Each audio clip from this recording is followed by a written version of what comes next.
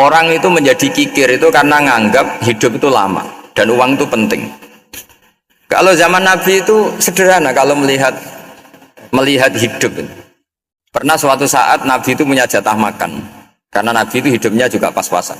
Jadi Nabi itu unik. Beliau di satu sisi kaya raya, bisa ngurmat Abu Hurairah, Ammar, Suhaib. Ashabu Sufa itu dirawat Nabi semua. Itu kan kaya, bisa ngerawat sekian orang. Tapi di sisi yang lain untuk pribadinya beliau miskin. Kadang nggak bisa makan hari itu. Tapi di saat yang sama bisa merawat ahlus sufa. Jadi keliru kalau orang hanya cerita Nabi itu miskin, untuk makan dirinya aja susah. Itu keliru. Kelirunya kalau tidak diteruskan, tapi Nabi mampu menghidupi ahli sufa. Singkat cerita jatah makannya Nabi itu dikasihkan orang ketika Nabi tanya, ya Aisyah, makanan jatah saya di mana? Oh ya Rasulullah, tadi ada orang minta tak kasihkan, maka makanan itu habis. Apa kata Nabi? Kamu salah Aisyah. Yang kamu kasihkan itu justru yang masih. Ya, yang kamu kasihkan itu justru yang masih. Sehingga Nabi menganggap, makanya Nabi terus ngendikan, ya kalau mukhatabnya lelaki ya kira-kira begini.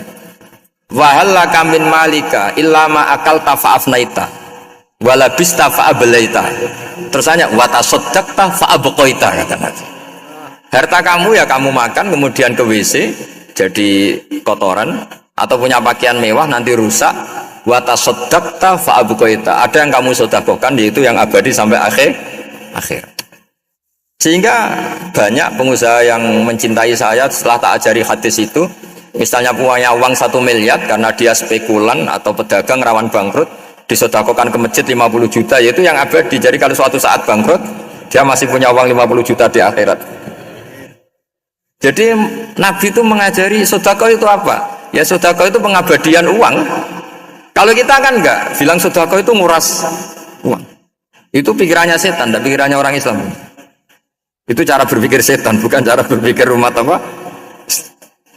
Sehingga Sayyid Ali Zainal Abidin itu kalau ada orang minta, kemudian beliau ngasih, itu beliau bilang gini, marhaban biman hamala zadi ilal akhirah. Matur nuwun nggih jenengan sing beto sangu kula. Jadi dianggap teller saja. Orang yang minta uang beliau itu dianggap tukang nyatet bank itu. Karena sudah ditabungkan, ya sudah. Kalau kita kan enggak, wah pengemis tuh ganggu gini-gini. Kecuali pengemis profesi ya mungkin kita agak-agak enak. Pada zaman akhir tuh ada pengemis apa? Profesi, jadi repot tuh.